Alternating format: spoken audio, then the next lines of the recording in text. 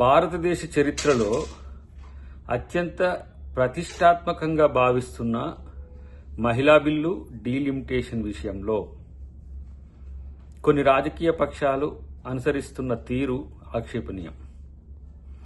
Delimitation women bill పేరుతో BJP దేశంలో తన రాజకీయ ఆధిపత్యాన్ని పెంచుకోవాలని చూస్తున్న తరుణంలో దక్షిణాది పార్టీలు, ముఖ్యంగా దక్షిణ భారతదేశానికి సంబంధించిన రాజకీయ నాయకత్వం, పార్టీలు కూడా కాదు,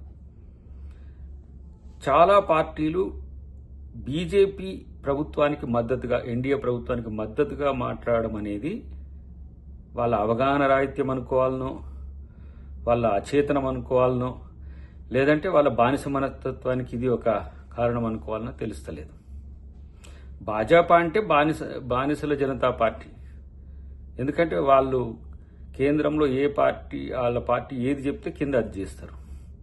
ఇవాళ ముఖ్యమంత్రి గారు రేవంత్ రెడ్డి గారు మాట్లాడుతున్న దాన్ని ఆక్షేపించడం, దాన్ని అర్థం చేసుకోలేకపోవడం, లేదంటే హైబ్రిడ్ మెథడాలజీ అంటే కనీసం దాని పట్ల ఒక స్టడీ కూడా లేకపోవడం అనేది చాలా విచిత్రమైన పరిస్థితి.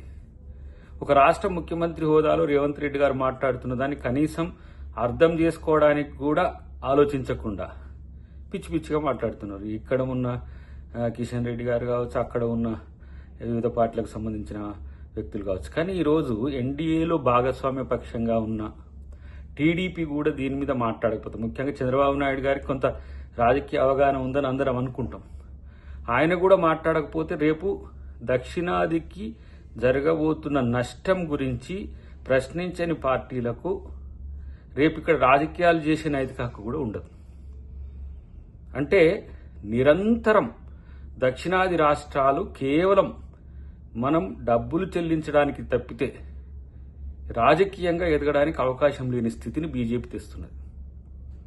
ఇలా పొత్తులో ఉన్నది కాబట్టి అని మాట్లాడకపోయినా, ఇక్కడ ఉన్న బీజేపీ అదే, బీఆర్ఎస్ అదే మాట్లాడుతున్నది. బీజేపీ మాట్లాడిందే బీఆర్ఎస్ మాట్లాడుతున్నది. అక్కడ టీడీపీ మాట్లాడిందే జగన్ మాట్లాడుతున్నాడు.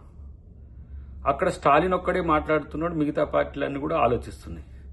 కాంగ్రెస్ పార్టీ స్టాండ్కు భిన్నంగా అనిపిస్తున్నప్పటికి కూడా ఏది రేవంత్ రెడ్డి గారు అంటున్నది అది ఒక ప్రాంతం యొక్క అస్తిత్వ సమస్య. అసలు దక్షిణాదికి నాయకుడే లేకపోవడం అనేది ఒక విచిత్రం.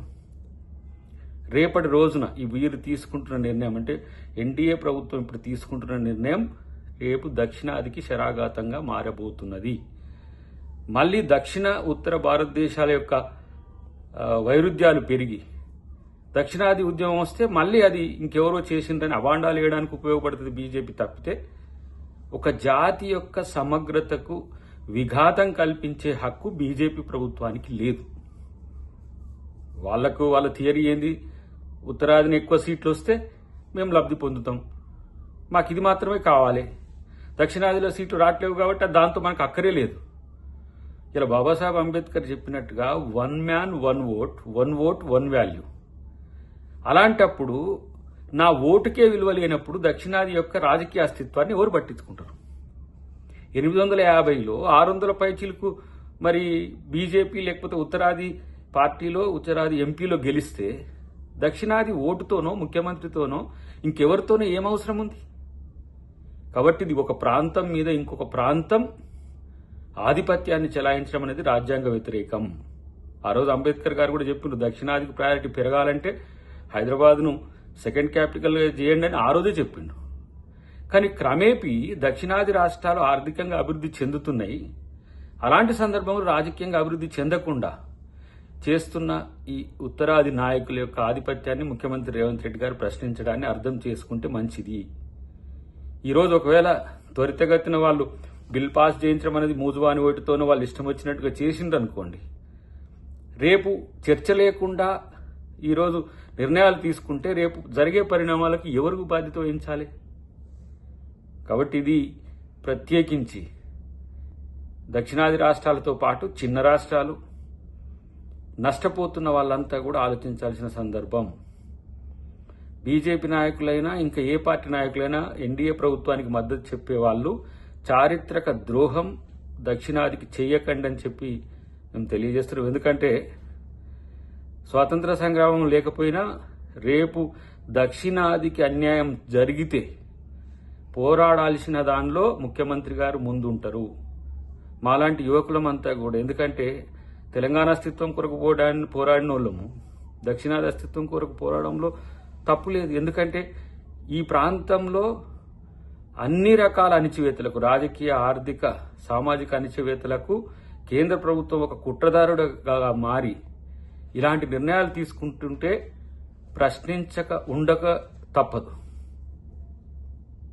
కాబట్టి ఈరోజు ఎవరైనా సరే, ఈ ప్రాంత యువకులు ప్రత్యేకించి ఈ నిర్ణయాన్ని పట్ల వాళ్ళ యొక్క క్లారిటీని పెంచుకోవాల్సిన అవసరం ఉంది. సీఎం రేవంత్ రెడ్డి గారు అనే అంశాలన్నింటినీ కూడా శాస్త్రీయంగా ఆలోచించాల్సిన అవసరం ఉందని చెప్పి నేను తెలియజేస్తున్నాను.